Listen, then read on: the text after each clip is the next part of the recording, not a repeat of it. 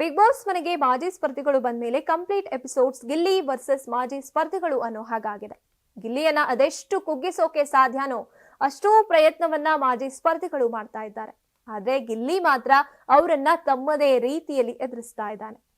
ಯಾರು ಎಷ್ಟೇ ಕುಗ್ಗಿಸೋಕೆ ಪ್ರಯತ್ನ ಮಾಡಿದ್ರು ಗಿಲ್ಲಿ ಮಾತ್ರ ಕುಗ್ತಾ ಇಲ್ಲ. ಆದ್ರೆ ಬಿಗ್ ಬಾಸ್ ನೋಡ್ತಾ ಇರೋ ಜನಕ್ಕೆ ಮಾತ್ರ ಯಾಕಪ್ಪ ಇವರೆಲ್ಲ ಬಂದ್ರು ಅನ್ನೋ ಹಾಗಾಗಿದೆ.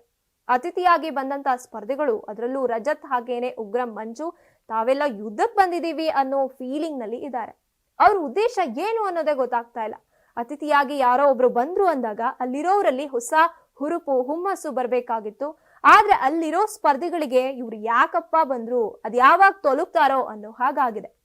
ಅದರಲ್ಲೂ ಕೂಡ ಗಿಲ್ಲಿ ಅಭಿಮಾನಿಗಳು ಮಂಜು ಹಾಗೇನೆ ರಜತ್ ವಿರುದ್ಧ ದಿನೇ ದಿನೇ ಕೆಂಡ ಕಾರ್ತಲೇ ಇದ್ದಾರೆ. ಗಿಲ್ಲಿ ಗೆದ್ದೇ ಗೆಲ್ತಾನೆ ಅಂತ ಇದಾಗ್ಲೇ ಕರುನಾಡ ಜನತೆ ಫಿಕ್ಸ್ ಆಗಿದ್ದಾರೆ. ಇದೆಲ್ಲವನ್ನ ತಿಳ್ಕೊಂಡು ಮನೆಯೊಳಗೆ ಹೋಗಿರುವಂತ ಮಾಜಿ ಸ್ಪರ್ಧಿಗಳು ಹೇಗಾದ್ರೂ ಮಾಡಿ ಇವನನ್ನ ಕುಗ್ಗಿಸ್ಬೇಕು, ನಮಗೆ ಸಿಗದೆ ಇರುವಂತ ಗೆಲುವು ಇವನಿಗೆ ಸಿಗೋಕೆ ಬಿಡಬಾರ್ದು ಅನ್ನೋ ಜಿದ್ದನ್ನ ತುಂಬಿಕೊಂಡಿರೋ ಹಾಗೆ ಕಾಣಿಸ್ತಾ ಇದೆ. ಆದ್ರೆ ಗಿಲ್ಲಿ ಮಾತ್ರ ಅದೆಷ್ಟೇ ತನ್ನನ್ನ ಕುಗ್ಗಿಸೋ ಪ್ರಯತ್ನಗಳು ನಡೆದ್ರು ಗಿಲ್ಲಿ ಮಾತ್ರ ಒನ್ ಮ್ಯಾನ್ ಆರ್ಮಿ ಅನ್ನೋ ಹಾಗೆ ಅವರ ವಿರುದ್ಧ ಹೋರಾಡಿ ಮತ್ತಷ್ಟು ಜನತೆಯ ಮನಸ್ಸನ್ನ ಗೆಲ್ತಾ ಇದ್ದಾನೆ. ರಜತ್ ಮಂಜು ಅಂತ 10 ಜನ ಬಂದ್ರು ಗಿಲ್ಲಿಯನ್ನ ಗೆಲ್ಲುವಂತ ತಾಕತ್ತು ಅವ್ರ್ಯಾರಿಗೂ ಇಲ್ಲ ಅನ್ನೋದು ಜನತೆಗೂ ಕೂಡ ಅಷ್ಟೇ ಚೆನ್ನಾಗಿ ಗೊತ್ತಿದೆ. ನೀವು ಸಣ್ಣ ಆಗ್ಬೇಕಲ್ವಾ, ಅದು ಒಂದು ಉತ್ತಮ ಆಹಾರದಿಂದ ಸಣ್ಣ ಆಗ್ಬೇಕಲ್ವಾ. ಪ್ರತಿದಿನ ನಮ್ಮ ಜೀನಿ ಸ್ಲಿಮ್ ನ ಯೂಸ್ ಮಾಡಿ ಯಾವುದೇ ಸೈಡ್ ಎಫೆಕ್ಟ್ ಇಲ್ದಂಗೆ ನೀವು ಸಣ್ಣ ಆಗ್ತೀರಾ.